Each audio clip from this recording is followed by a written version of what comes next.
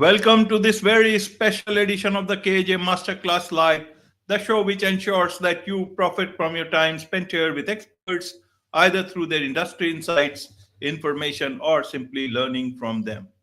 And today we have Lisa Raehsler. She is a Google Ads and AI driven digital ad expert, entrepreneur, speaker, and columnist, founder of Big Click Co., and an award winning paid media strategist with over 20 years of experience in PPC and social ads. And she specializes in the latest trends in paid media and AI driven marketing strategies, making her a trusted voice in the industry. Welcome to the show, Lisa. Thank you for having me. I'm really excited to be here. You are welcome. Welcome to the show, Lisa. Welcome to India in this online form. And I'm sure not just in India, but a lot of people across the globe will benefit from what we are going to talk right now. We'll talk about AI ads and how one can future proof their marketing strategy through it. We'll talk about all this. But before that, let's talk a bit about your background, your journey, so that people know who they are listening to. Okay. Well, thank you for the great introduction. My name is Lisa Raehsler. I've been in the industry for quite a long time, and I focus on digital marketing, specifically search engine ads for Google ads, Microsoft ads, and then social platforms like LinkedIn or Twitter or even Pinterest, depending on what the client is looking for. I also speak at industry conferences and I write for Search Engine Journal about PPC, pay-per-click ads, and trends surrounding PPC. Absolutely, Lisa. So, from a common person's perspective, how should I understand Google Ads? If I'm a small business as an individual, when I see Google Ads, I think it's very costly and I don't know how to put things in there. How would you like to tell someone about Google Ads? Are there any misconceptions that people do not know about? Is there a way to better understand Google Ads? And then we'll come to the AI part in Google Ads. Okay.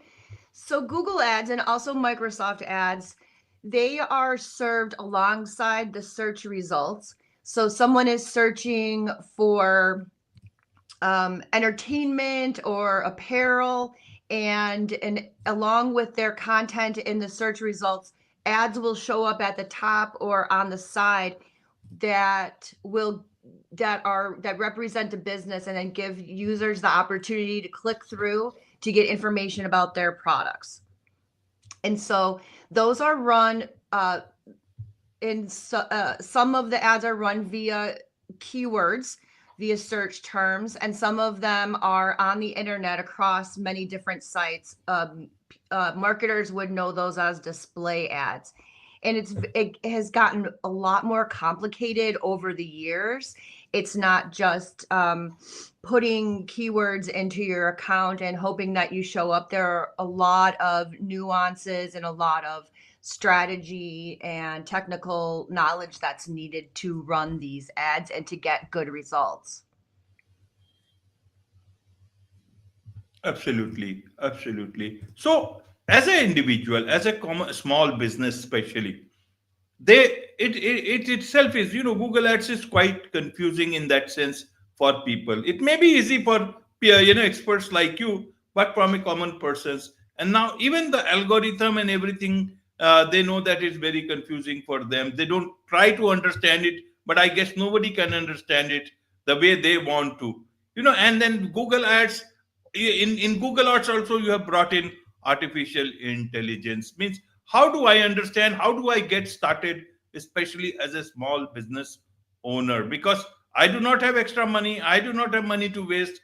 I want, the value for it, as they call it, return on investment, whatever I invest in. So when a business owner wants to get started with Google Ads, I think the best thing to do is to consult with somebody so that they can tell you how to get started and how to best use your budget. And so they will help you with a strategy. That's the first thing that you'll need to have, is a strategy and what are your goals. So if the goal is brand awareness, or if it's sales or leads, you have to be laser focused on what the goal is so that you can craft the campaigns around that goal. That would be number one, is to have a strategy. And then there are different types of campaigns that are appropriate for each of those strategies. But I would say that's the fundamental, is to be really focused on your goals. Absolutely. So how do I optimize my Google ads with artificial intelligence? Means earlier on also we are doing it. Now with AI, is it the same like creating content, or is it much more different than creating content and ad is a much more different thing? How should one understand that? Oh, that's a good question. So I suppose you could say it's like creating content, but we are really looking at selling, or getting attention for your brand. And the while the AI that's native to the different platforms can help you along, it's really important for the advertiser to have good manual assets in the account. And what that means is putting in the ad copy that best represents their business and most closely connects to what the user might be searching for, and also to your product.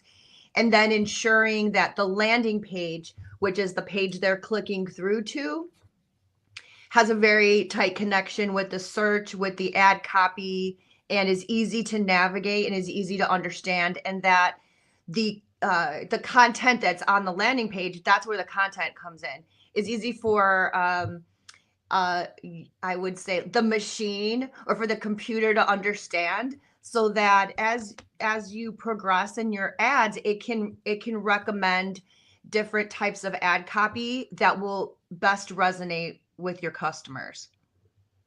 They'll Absolutely. also There's also opportunities after the account is running. There's opportunities to use smart bidding, which is a way for the platforms to determine how much they'll charge you to run the ads based on some of the results that they've received. So how often something is clicked on, or how frequently you're getting conversions, or meeting your goals in the campaigns.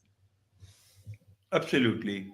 Absolutely. So what is the difference if I do use the artificial intelligence part in advertisement? I use the same artificial intelligence technique to create content. So why do I spend money on Google Ads and rather fine tune my copy with AI and use it in my content? Where is the major difference here? Tell us about it. Oh, do you mean organic results versus doing Yes, ads? yes, yes. Oh, okay. I love this question. The organic results, when Google is spidering, going through your website and trying to determine what you offer and serving those, that's a little bit harder to get into the search results. So with ads, you have more, I wouldn't say a guarantee, but you have more likelihood that you'll show up for the types of searches that you're looking to meet people at. You just have, and you can also better control the message through ads.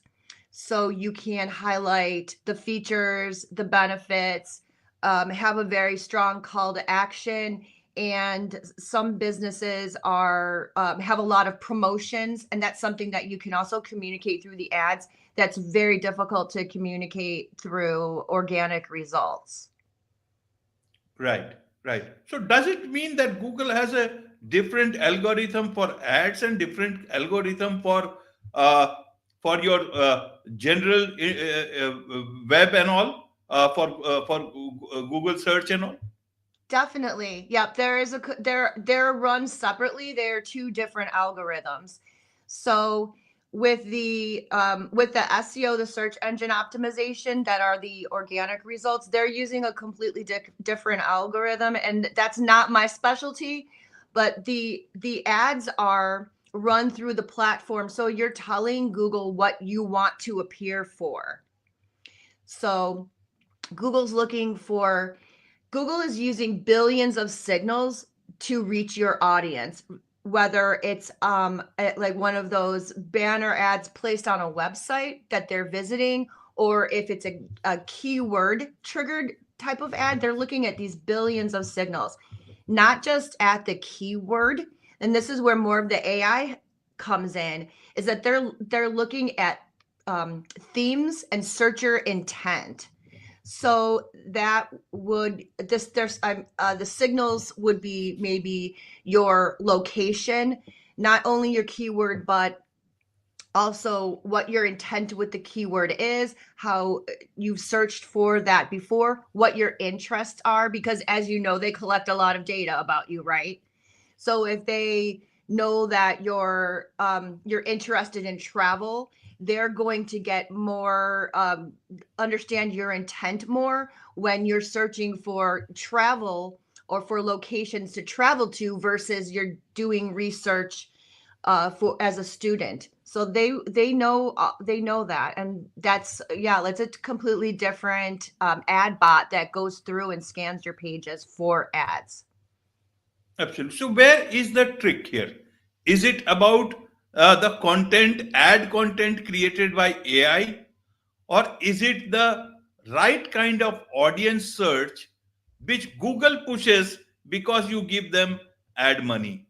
Where is the difference? Because if Google has to take it to through different of billions of signals that you talked about, then where is the AI content? Either ways, without AI or lesser content, Google will still do it because you are paying that money and you have chosen that target. So where is the trick? That's uh, the money part because you are paying the money. Is it the AI part, or is it selecting the right audience? Where is this trick? I think it's all those tricks together, because you're telling Google through the way that you're targeting your audience. You're saying, I'm interested in meeting people, a meeting. I'm interested in reaching people that are interested in travel, that are searching for vacation packages, that are searching for these keywords like luxury vacations or camping vacations. And they're using AI and those signals to target the right people, but you have to tell them. You have to tell them what you're the types of audience that you're looking for. And going back to what I said earlier about making sure that you set the the proper goals, you can tell them this is how much I want to pay for a customer. You can even tell them I want to focus on new customers versus returning customers.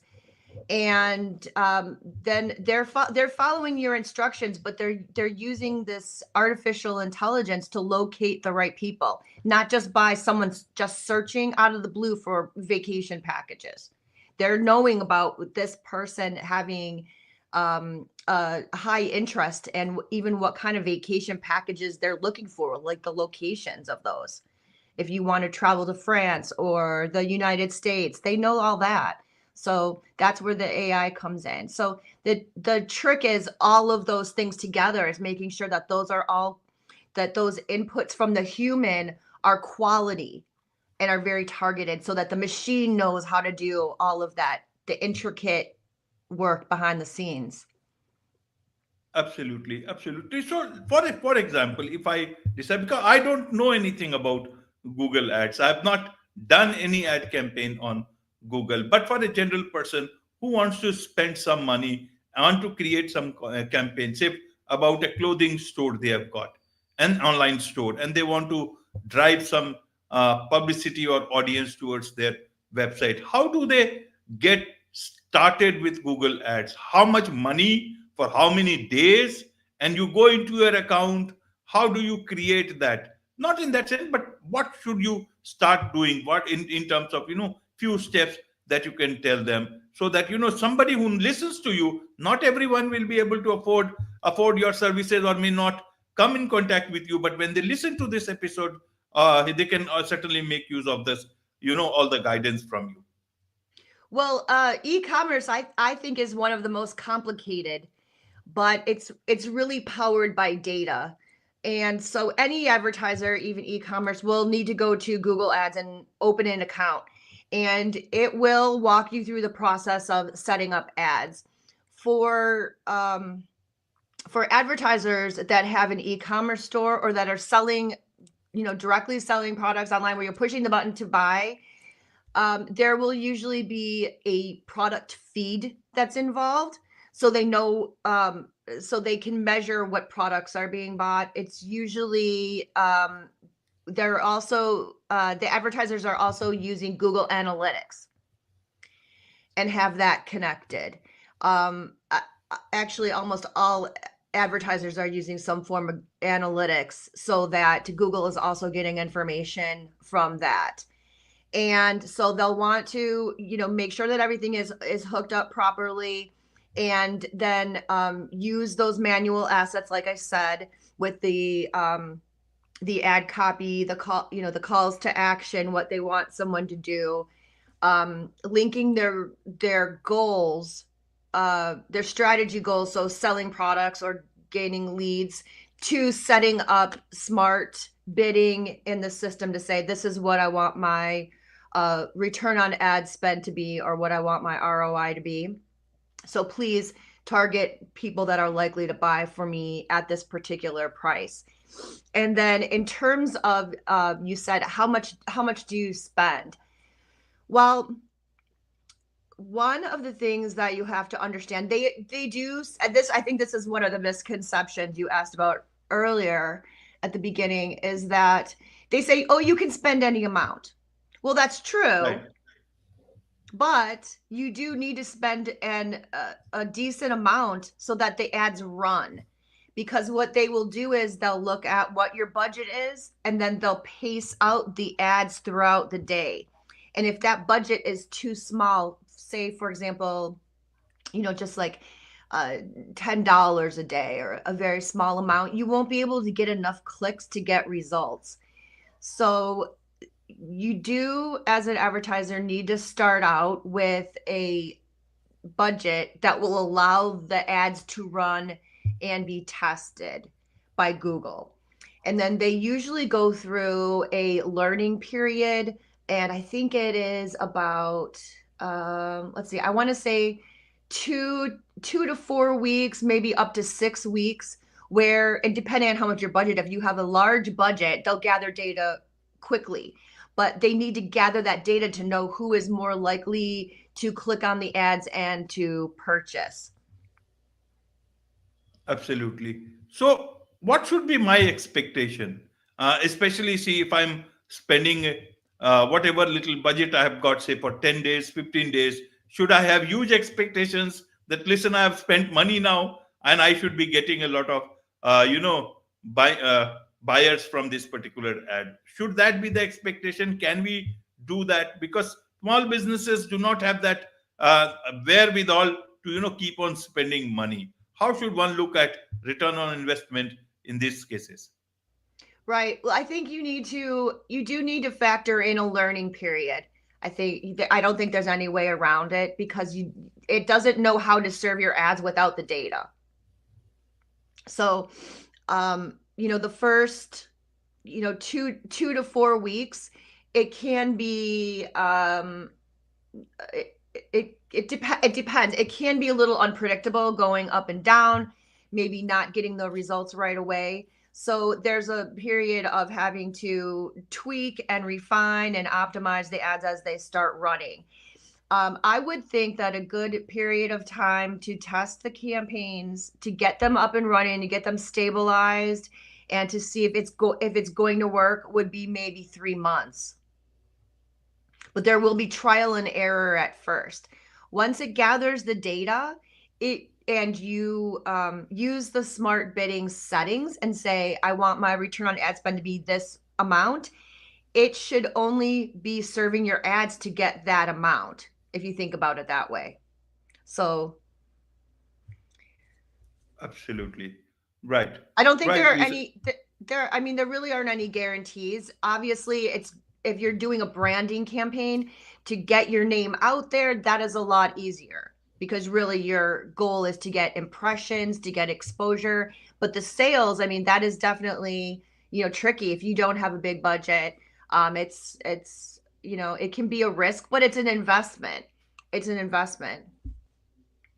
Absolutely. So, looking at the AI part of it, uh, should we also look at not just Google ads, but also, as you said, Microsoft ads and others? Because now this, AI, Chat GPT search is there, DeepSeek search is there, if I understand, and others are also will be. And a lot of, I guess, in future we might have some facility to go do ads through this system. Also, I don't know how the future will turn out to be, but you would be better to look into the future.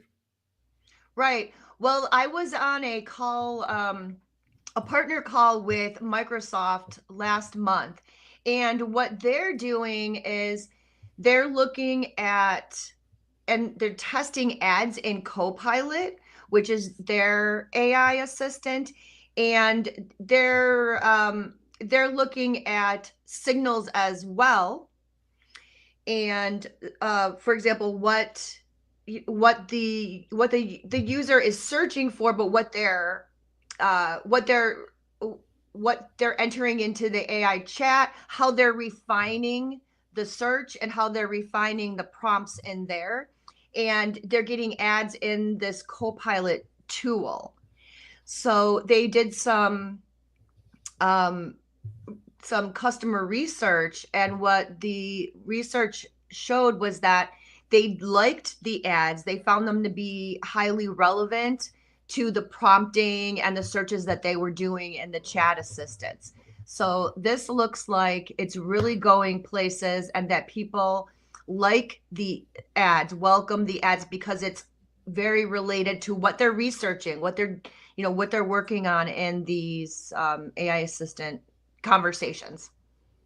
Right. So, should a lot of small businesses with this whole power of AI into their hands look at themselves also empowered to compete even with bigger brands and bigger companies, maybe with bigger budget, but they, in the world of online ads, they can certainly compete globally and make a name for themselves and get purchases from their website or wherever.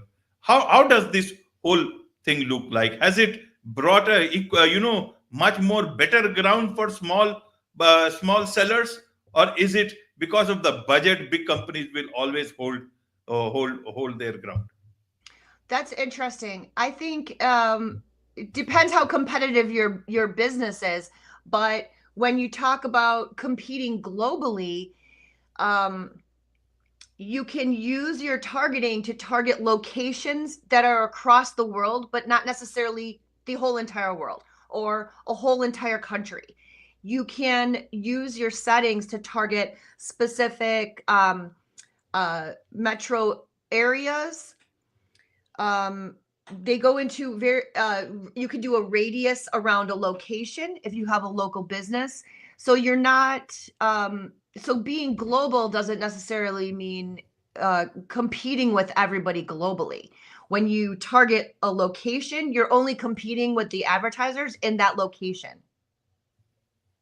So it's a lot more accessible. Whereas when we were talking about the organic results, that's a lot different. That's a lot more difficult to target into a location, because you can choose with ads, you can choose the location where your buyers are most likely to be and exclude locations that you don't get any results from. Absolutely. And Tell that's us a, a bit about your company, Big Click, and how do you help your clients there so that people get an idea and maybe they want to connect with you. well, I what I do is I work with clients, and they ask me the same questions that you're asking me. How does this work? Will it work for me?